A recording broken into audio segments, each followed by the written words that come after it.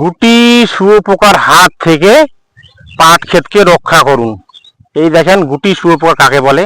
এই যে পোকাগুলো, এগুলো দিন রাত্রি পাটা ক্ষেতকে নষ্ট করে দিচ্ছে, পাটার পাত কানা করে দিচ্ছে।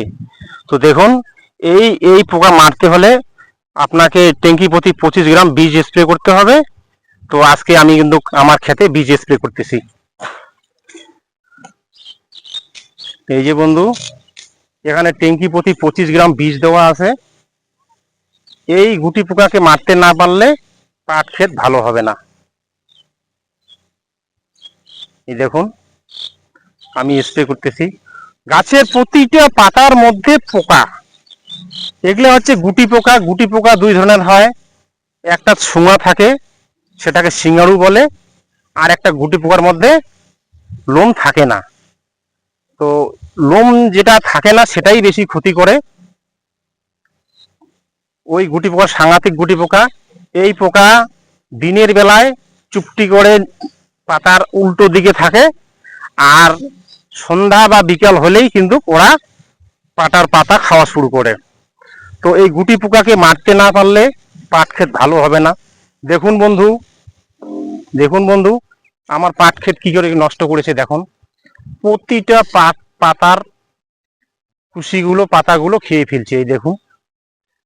তো তো আপনাকে পাট ক্ষেত রক্ষা করতে হলে পাট ক্ষেত অবশ্যই স্প্রে করতে হবে।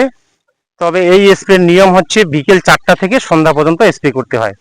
কারণ দুপুরবেলা স্প্রে করলে এই গুটি পোকা পাতার উল্টো দিকে থাকে এবং সে বিষের সংস্পর্শে আসে না। বিষের সংস্পর্শে না আসলে কিন্তু পোকা মারা যাবে না।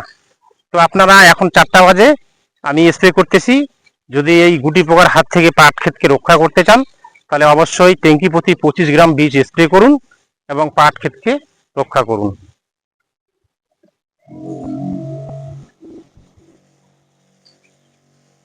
সর্বনাশ করে দিয়েছে আমার পাট ক্ষেতকে। তো আমি মোটামুটি 2 বিঘা পাট ক্ষেত করেছি। তো আমার স্প্রে প্রায় শেষেই।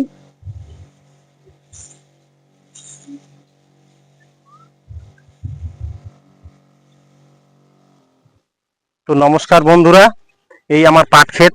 আমি 2 বিঘা মাটি পাট ক্ষেত করেছি।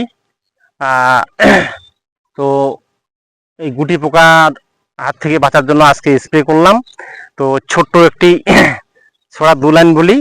আমরা চাষ করি আনন্দে, মাঠে মাঠে বেলা কাটে চাষা মাটির গন্ধে।